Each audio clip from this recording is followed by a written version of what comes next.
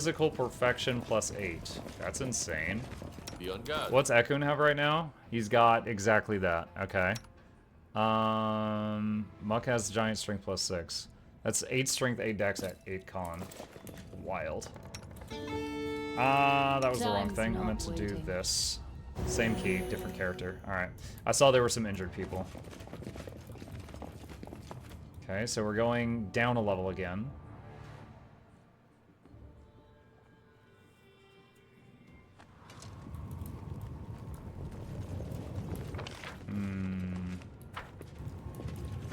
Not that I care.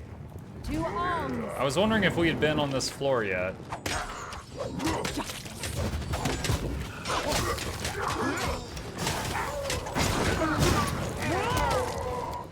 Let's do a summon.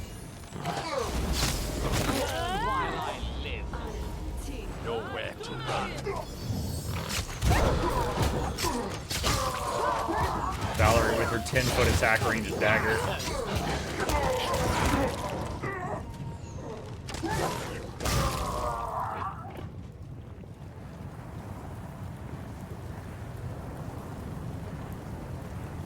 Wall of fire. Looks like it's solid. It doesn't let us pass it.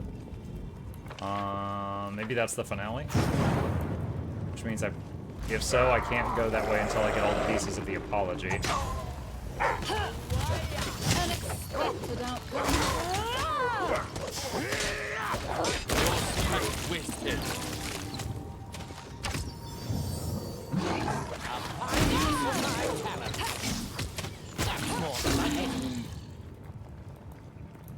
Follow me. Or don't. Is that it for the side? Hold on, can I go up there? Don't see a climb button to click, so I guess I cannot. Okay. Alright, so I think I need to check. So the wall of fire is right there, so let's check over here. We've turned in one piece of the apology. We're holding a second. There's got to be at least 3. Most of the stuff in these games is rule of 3. So I'm imagining it's 3 or more.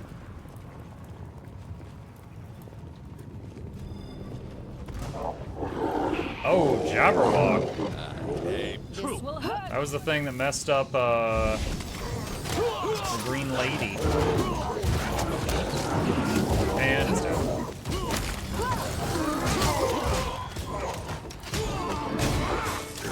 Move the bard song to the center.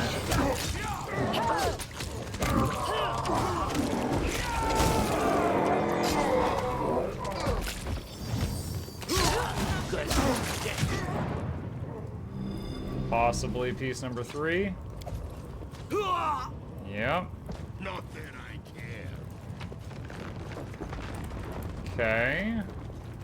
Is there a way to quickly get back to the storyteller, or do we got to go back the long way? Breastplate plus 5.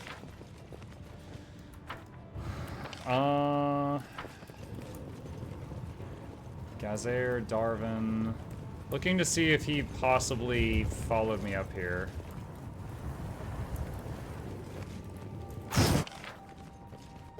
Oh, he's got a map marker. He did follow me up.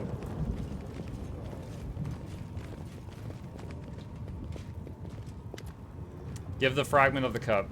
Another one, Your Highness. Good. I feel the wall of power that encloses your former residence is slowly melting. The 3 fragments may be enough to clear a path. Yep. Rule of 3s. Give a fragment. A third. Yes, this is the last one. Prepare yourself, Your Highness. With the 3rd fragment, the barriers around your castle will fall. The Lantern King will be waiting, ready to give you an audience. Okay. Quick save, because we just did a lot. Did it save? Hold on, I'm gonna do it again. If it saved, it was behind the quest menu, so I couldn't tell. Okay. Final battle? It's the final countdown. Doo-doo-doo.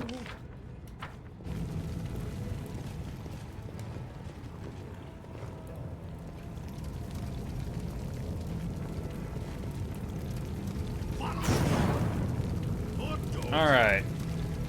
If this is the finale, it's time to get excessive. Like, extra excessive with our buffs. We already got resist lightning. Here's resist fire. Here's resist cold. Here's resist acid. So, any ideas? Bless. Blessing of luck and resolve. I don't need anyone's sympathy. Focus on the goal. You require Jubiloss, my you can assistance? auto use bombs. Quick save. Not that I can. Alright. Enter. Yeah, having a flashback of memory from when I tried to play this game at launch, and I remember the game crashing here for me, like in this area, like 20 times. I had to redo this fight so many times. I finally gave up on doing it on stream and recorded off air over and over and over until it worked.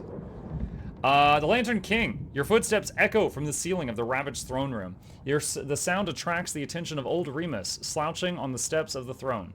He looks up, shakes his head slightly as if displeased, but keeps silent. Nothing betrays the mask of a deity in the hunched man. Words, words.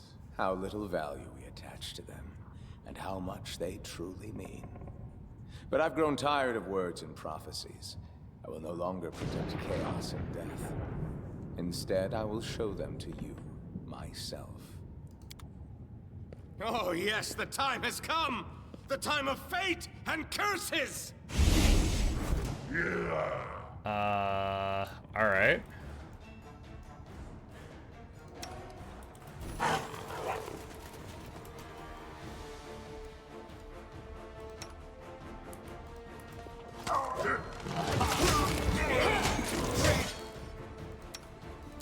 I don't know if I have a summon in this mess, so I'm gonna do one now. Yikes, what was that? Okay, our health is okay, but that was really flashy. Shot a bunch of lasers. Maybe one of our resistances helped with that. Phase 2. You don't seem to like my curses! Then you like my jokes better?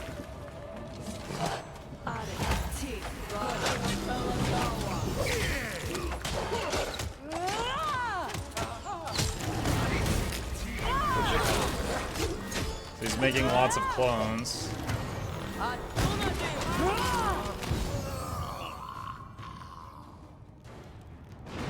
The time for laughter has passed.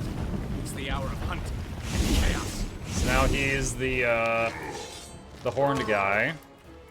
Whoa. Oh, pause. The game's lagging really bad. Okay. Are we still... I think we're still good. Alright. Alright. Every time I tab into the game, it's lagging incredibly bad. Let me try doing a screen capture here. Wow, I do not know what's going on. Maybe this area is just like horribly unoptimized. Yeah, my camera's lagging out super bad. Maybe as we kill stuff, it'll get better. Very American take.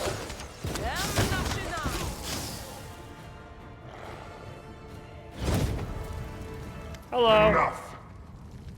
As soon as the horned hunter's body disappears in the fire, the destroyed throne room is flooded with light. The Lantern King, in his true blazing form, appears in the middle of the room. His furious mask is ringed by fire. The games have ended. Time freezes like resin, trapping you and the eldest in amber light, and this light grows brighter.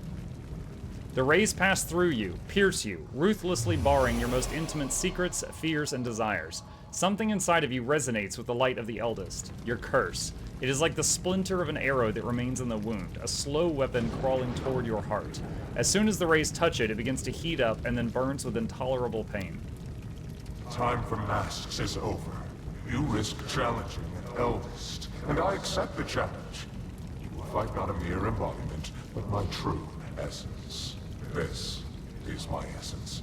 I don't need magic or servile monsters to destroy you. Words are enough. Yes, words. I once told you, words spoken in the right time and place possess the power of the storm. You lightheartedly answer that you know what your power and essence are. The desire to help people whose grief touches you. I remember your answer. The world remembers it too. Your answer, your heart, your essence. Now, cursed King, I'm taking this part of your soul, as I took away Nerissa's ability to love. What you called your essence is yours no more. The words of the eldest fly toward you like an arrow, ready to give new force to the curse that already torments you. You have but an instant to reply.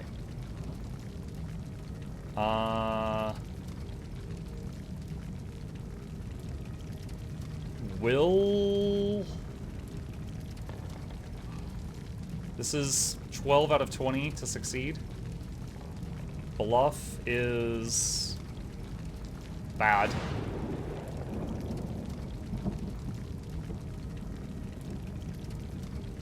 Let's try will. Your words are nothing more than wind. Let them fly away. A wave of pain comes crashing down on you, but recedes quickly. You cannot tell whether you were protected by your words or something more, the essence of your soul, but the attack of the eldest was parried. Let us continue. We both wear a crown. But what do you want? A meager patch of land, a few thousand souls? My dominion is chaos and magic, madness and deceit. Your power is nothing compared to mine, and that is why you are helpless before me. You will take my every blow as a divine punishment, as something imminent. Yet again, you have little time to answer, and this answer is the only thing that can protect you from the eldest's next blow. Knowledge Arcana is guaranteed success because Jubilos is really good at that. I know enough about magic and sorcery, so don't try to threaten me. All you are is the most treacherous monster I've ever had the chance to defeat. There is great power in knowledge. It wraps you in an invisible veil and protects you from the eldest blow. You feel his fury, but you know that it is not divine wrath, but the emotion of an ancient being. Mighty, but not almighty. Gain 61,000 experience. I'm curious what you think of me, cursed king. Do you see me as a villain or a simple joker? In truth, well, I've never been able to conceive of the truth. Being an eldest means being one of the many strings that hold the world in place. Being an eldest means being such a vast and self-sufficient value that one's equals become strangers and one's inferiors are entirely insignificant. I am an eldest. Laughter, guile, transformation, that's what I am. Being what I am, I will let you feel a modicum of my loneliness. I will take away your pillar of strength. Did you just kill everyone? Having lost all support, you face the deity alone. Silence hangs heavy over the ruined throne room.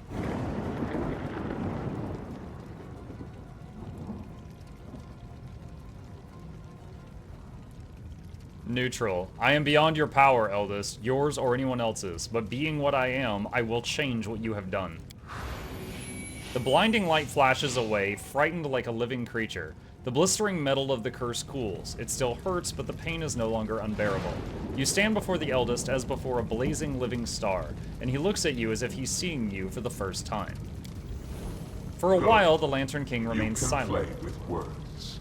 Let us see if you can withstand the heat of my fire. You feel in his silence not angry bewilderment, but endless, boundless astonishment. Now is the beginning of the hunt. Okay, so because everyone just died and came back, most of their buffs are gone. I don't like you. Except the resistance ones for some reason. Wait, I'm sorry. Why can I not control the others? Okay, there we go. Let's get some of the most important buffs back up. Really glad that resist fire is still active. Still don't really understand what happened there.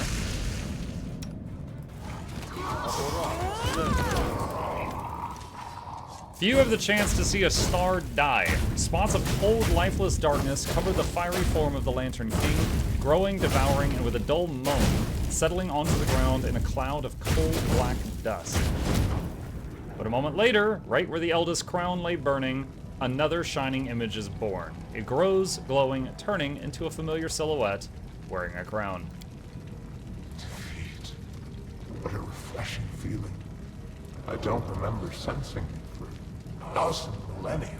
The Lantern King freezes. His light flickers strangely, and his mask begins to change with incredible speed. One breath, you are looking upon a horrible grimace of wrath. Another breath, and it's replaced with playful astonishment. Another, and it's the mask of fatherly care. But what's next? How will you end this story? Listen, I know a good ending. Elegant and refined. The hero defeats a deity in battle. Impressive, it grants the victor power and immortality. The hero enters the chambers of the deity to become his champion and herald. Eternal, powerful, equally glorified both in the first world and in Galarian. His kingdom healed from its wounds and flourished under the rule of the immortal champion. A beautiful ending, isn't it? And this legend is yours for the asking.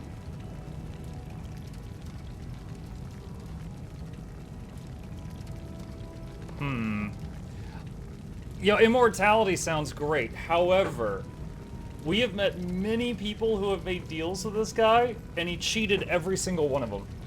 So, I'm gonna say, I will not bow to you, Eldest. Don't get your hopes up. Here is my offer. Lift the curse, return my kingdom to Galarian, and forget we exist, and I will forget that you exist. After you speak, silence falls deep as a chasm. Light pours from the eyes of the Lantern King's mask, still the mask of paternal care, though you do not mistake this for what lies behind it. So be it. This performance has run its course. It would be unwise to continue. Besides, I have no love of dying and returning to life. My fellow eldest are very good at playing especially intricate pranks at that exact moment. You were cursed by my will. By my will, you are now free from the curse. May shackles be broken, fetters be loosened. What's been stolen will be returned. What's been divided will be made whole again. I say farewell, and release your kingdom into the material plane. Go, be glad of your ordinary mortal life, and forget the gods of the first world. Now they no longer concern you.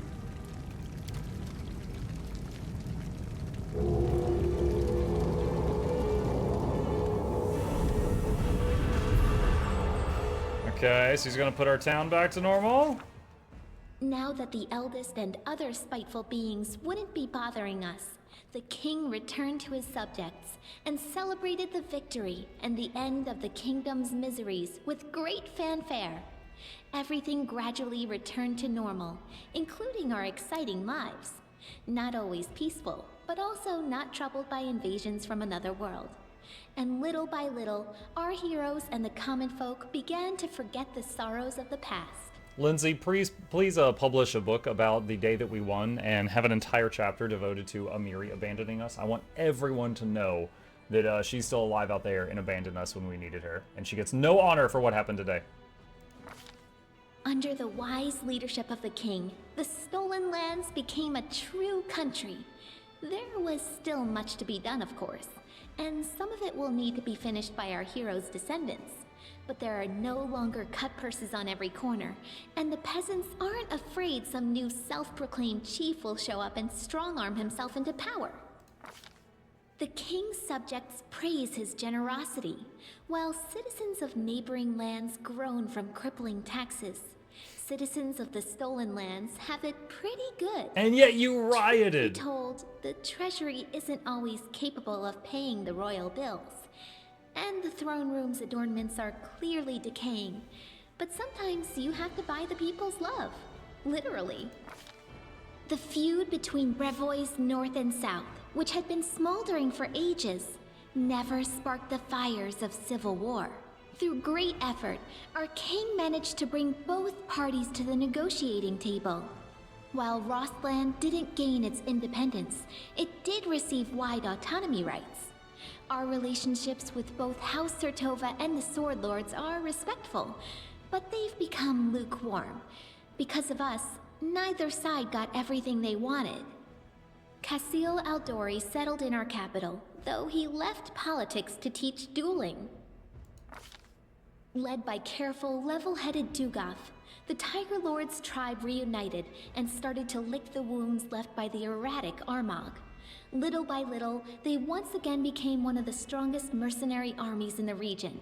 Dugoth always assured our king of his friendship, but the king always stayed on his toes, understanding that anything could happen when that old fox is around.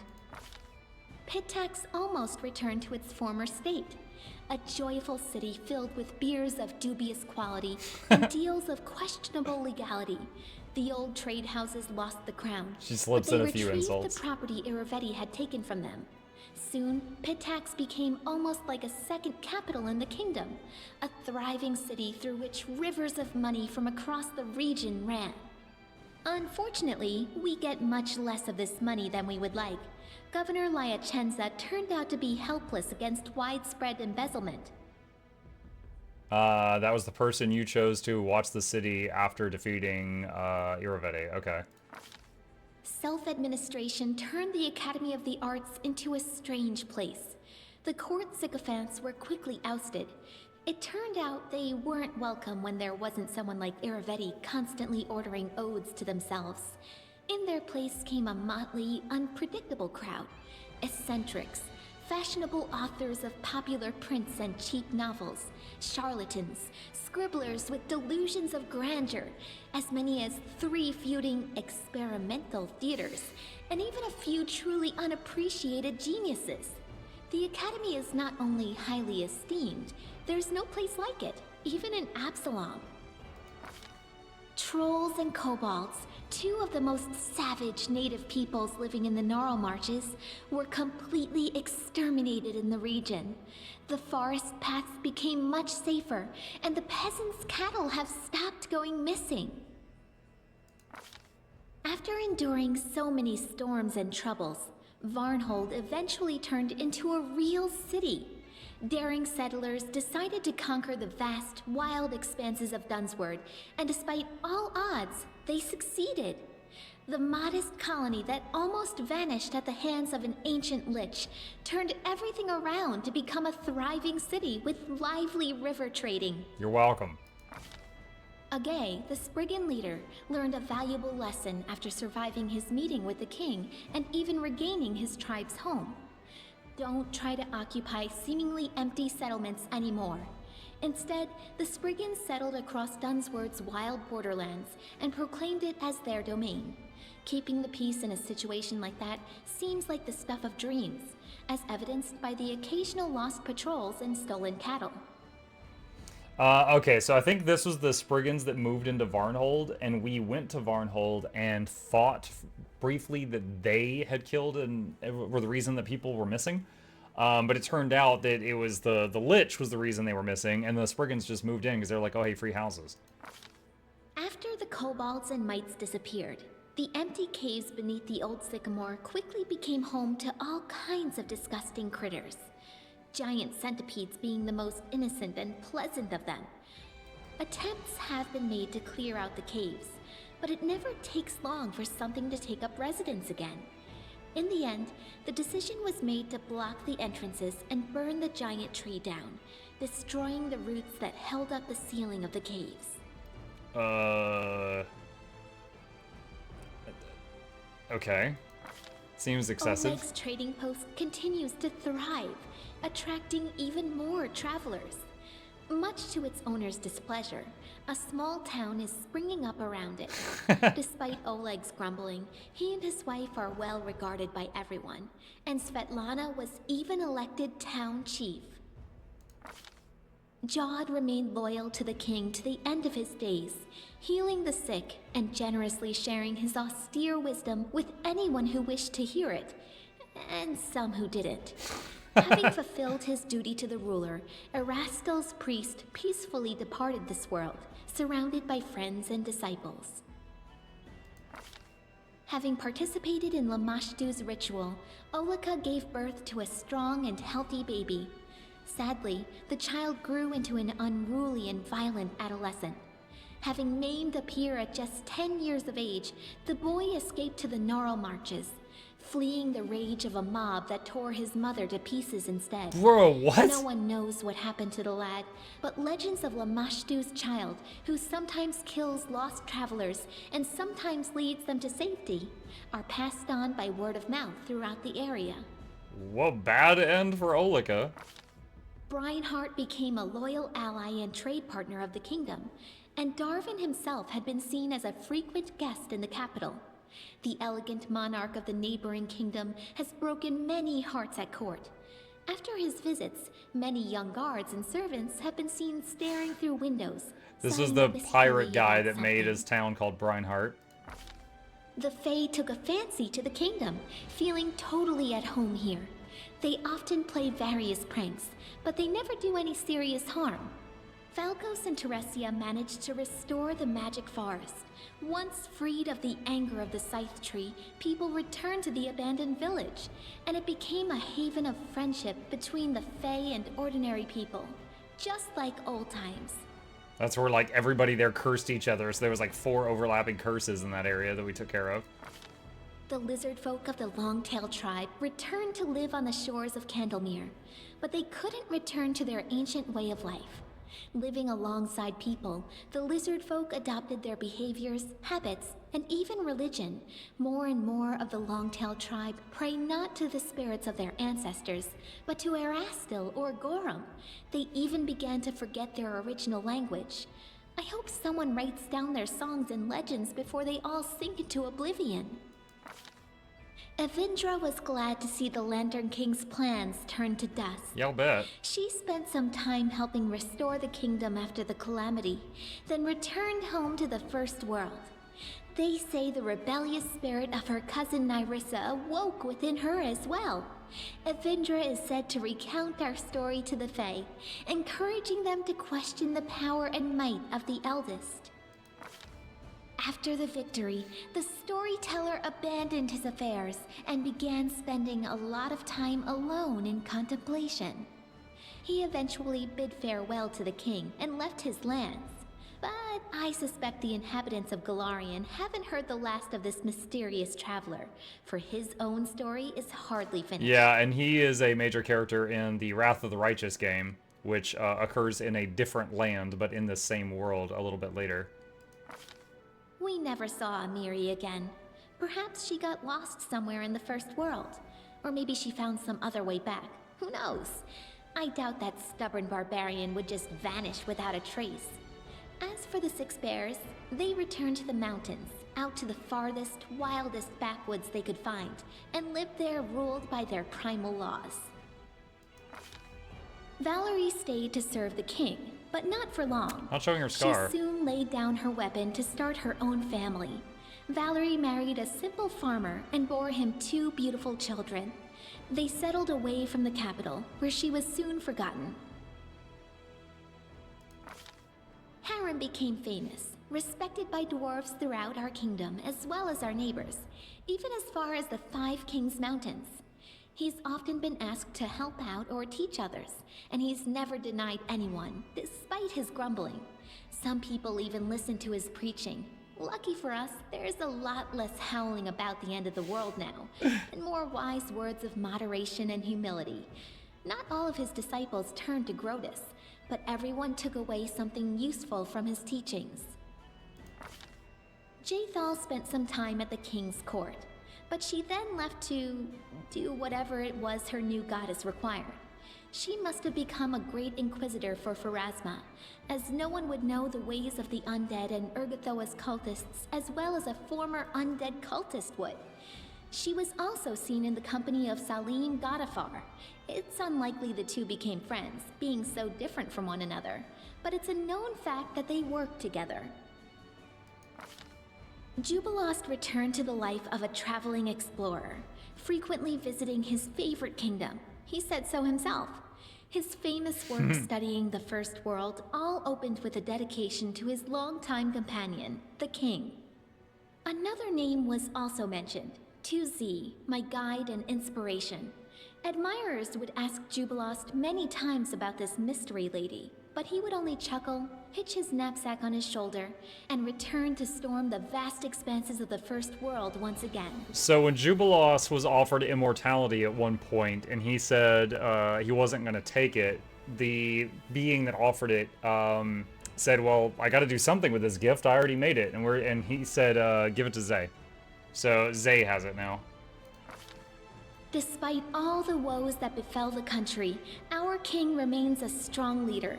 Many noble houses from neighboring lands wouldn't hesitate to be related to him, and they regularly send a variety of marriage proposals. Sweet. As for myself, the author of this book, Lindsay, who never chose a pretty nickname, I'm still here, inside my creation within the Capitol Library. I live just like I always dreamed, surrounded by people and books. And not a day goes by without someone turning my pages. My story inspired many others to take up the quill. My readers have written many fierce books, articles, and pamphlets, flinging truth in the faces of tyrants. What more could I dream of? I hope, oh honored reader, that this story offered you some daring ideas. Or at least some entertainment. In any case, it's time to set the final period.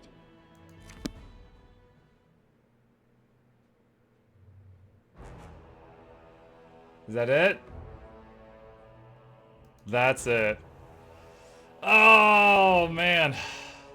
Makes you wonder, this book right here that you see laying open that has like the main menu, it makes you wonder if that's like Lindsay's book and you've been like staring at it in the face the whole time. All right. Oh my gosh, we finally finished it. So that was Pathfinder Kingmaker after 5 years. As a reminder for anyone who maybe jumped in the middle for some reason, I did play this at launch. It was a buggy mess, but I remember enjoying it. But it was having a lot of problems, so I wanted to play it again all these years later. And mostly it was fine. There was a few weird things, like one, I was really surprised that I struggled so much with the kingdom management in the later parts of the game. It was like there was a factor or something I was missing, because it was like anytime an event would pop up, it'd be like, you know, DC 50, and my people were able to do like DC 20s, and so I was just failing every event, and to the point that it said you lose the game. So I had to turn on Immortal Kingdom mode, which is just, it's for people who don't want to bother with the kingdom management. Even though I like the kingdom management, I couldn't figure out why I was failing it, because I was working on it non-stop. And I don't remember experiencing that last time I played it, so I don't know what I missed there. The other thing was, I remember my game crashing constantly in the latter parts of the game. I did not experience that this time, so it's awesome that they've improved upon that. However, there definitely was some kind of weird, I don't know, memory leak or something in that final fight. Because like, my computer started like being sluggish, and my computer is a space station by modern standards, and my camera cut out, and it was weird. So I don't know what was going on during the Lantern King fight, but that was odd and unfortunate. I don't know if they're ever going to fix it, if they haven't after 5 years, whatever that is. Also, I will say that, you know, largely I enjoyed the game. However, that one section when you go into First World near the end of the game was hands down the worst part. And I think it's unfortunate that something so tied into the finale of the game was just awful. It was just absolutely awful. So it was the, you know, we had to go in and out of the mist, and we, after doing that for like a few hours, we finally looked up on Google, like, what are we supposed to do? And we found a video from 5 years ago that still had comments today from people like, thank you. I couldn't figure out how to do this. You had to go to like one specific part of mist and use the lantern there to go to a secret area. And then also the fact that the area was filled with one-hit KO mechanics. Like, you walk into a room, and then after the load, 3 people were already dead because a Medusa had petrified them. And I couldn't find anything in my spells. Like, even when we turned the difficulty from hard down to normal down to easy, still one-hit kill mechanics. So we finally had to just like, go through until the people that died were unessential, do the fight, and then resurrect them, and then just keep resurrecting them in multiple rooms. And, you know, looking it up online on like the subreddit, stuff like that, people are like, yeah, just, it's a general consensus that this is just like an awful area. So it's unfortunate that that was there. I think that really, you know, detracts from like the game. So it's like, if the game's like a 100-hour game, there's just like these like 5 hours of hell near the end, which is unfortunate. It shouldn't be that way. You know, the ending should be the best part. And a lot of the Lantern King, the voice acting for him, you know, Lindsay with the book, like those parts were awesome. Those parts were really cool.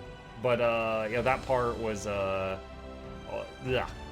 And I also wonder if you had told the Lantern King you wanted immortality, what would have happened? But I feel like he would have said, like, just kidding, or he would have changed his mind or something like that, but I don't know for sure. I'm not going to reload and check it. But after all this time, that is the end of our playthrough of Pathfinder Kingmaker, and thank y'all for joining me, and I hope you guys enjoyed it. Oh, and we've already finished Wrath of the Righteous, if you are interested in seeing that, also on this channel.